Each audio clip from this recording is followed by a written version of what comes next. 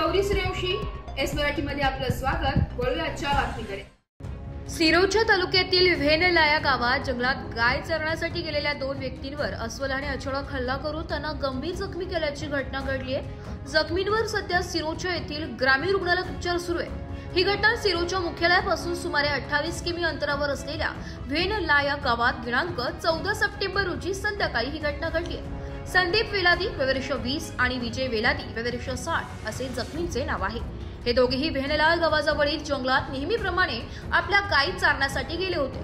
दरम्यान अचानक समोर आलेल्या अस्वलाने त्यांच्यावर हल्ला केला असता हल्ल्यात दोघेही गंभीर जखमी झाले असून गावकऱ्यांच्या मदतीने त्यांना तात्काळ सिरोंचा ग्रामीण रुग्णालयात उपचारासाठी हलवण्यात आले। प्राथमिक माहितीनुसार जखमींना अस्वलाने हात, पाय आणि अंगावर जखम केलाय।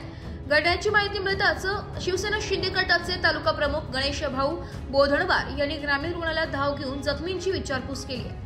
यावेळी बोलताना बोधणवार यांनी प्रशासनाकडे मागणी केली आहे की जखमी संदीप वेलादी आणि विजय वेलादी यांच्यावर तातडीने उपचार होण्यासाठी शासकीय यंत्रणांनी सहकार्य करावे, तसेच त्यांना त्वरित शासनाकडून आर्थिक मदतीचा लाभ मिळवून द्यावा। तसेच वन विभागाने अशा घटनांना आळा घालण्यासाठी जंगलात गस्त वाढवावी, वन्य प्राण्यांच्या हालचालींवर नियंत्रण ठेवावे अशी मागणी त्यांनी केली आहे। एस मराठी न्यूज साठी तालुका प्रतिनिधी रवी बारसांगडी, सिरोंचा। अशाच नवीन ताज्या घडामोडी जाणून घेण्यासाठी आमच्या एस मराठी न्यूज चॅनलला लाईक करा, शेअर करा, सबस्क्राइब करा आणि बेल आयकॉनला क्लिक करायला विसरू नका।